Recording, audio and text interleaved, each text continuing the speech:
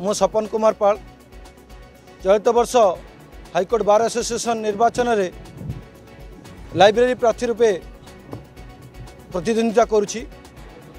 मोर यही पदवी 6 जन प्रतिद्वंदिता करछंती। मोर सीरियल नंबर होछि 4।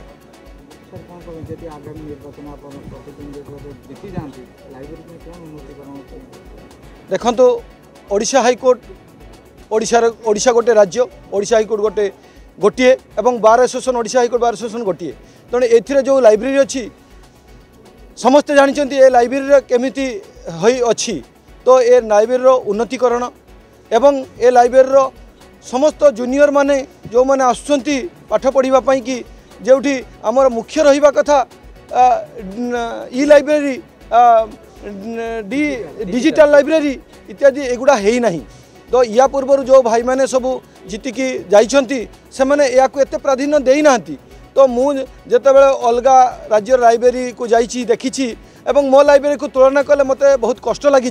तेणुक मते ए लाइब्रेरी मु प्रतिद्वंदिता करछि। यार केमिति भल भाव में केमती हो पार भल लाइब्रेरी एग्जाम्पल लाइब्रेरी हो पार मुझे शत चेष्टित करी।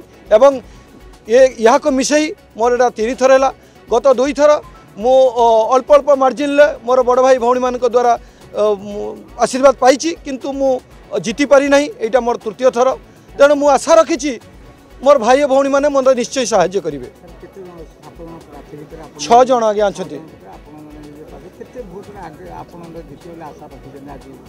देखु आमर पुलिंग पाखापाखि 3200 रु 3500 हबार अच्छी।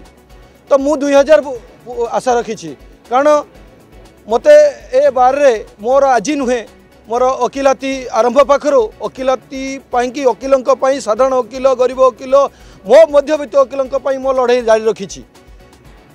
एक कथा बार समस्ते जानते सुप्रीम कोर्ट वर्चुअल बेंच हो कि ये गोटे एडवोकेट कॉलोनी हवा दरकार राज्य सरकार को जगह मांगे ये सबू मोर लड़ाई। तेणु मो लड़ाई विषय ए समस्त वकिल भाई भौणी मैंने जानते। तेणु मोर मु जानी एथर मत से सुजोग देवे एवं बेसिकाली मु लाइब्रेरी उन्नति करने मुझे आगे आसी। तेणु मत मो बड़ भाई भौणी मैंने साहाय्य करेंगे।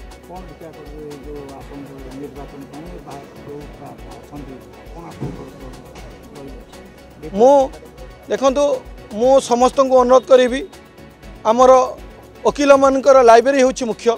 तेणु Odisha high court bar association library आपण मैंने समस्ते जानते मो वकिल भाई मैंने समस्ते जानते यार केमिति भल हो पार ई लाइब्रेरी हो पार केमिति सहजरे आमर जजमेंट कॉपी सब बाहरी पार फ्री दि जापर एवं डिजिटल हो पार डिजिटल हो पार ए सबू करने मु प्रस्तुत अच्छी एवं एगुड़ा करी आपण मानकर साहाय्य सहयोग निश्चित करी मोर आशा रखी।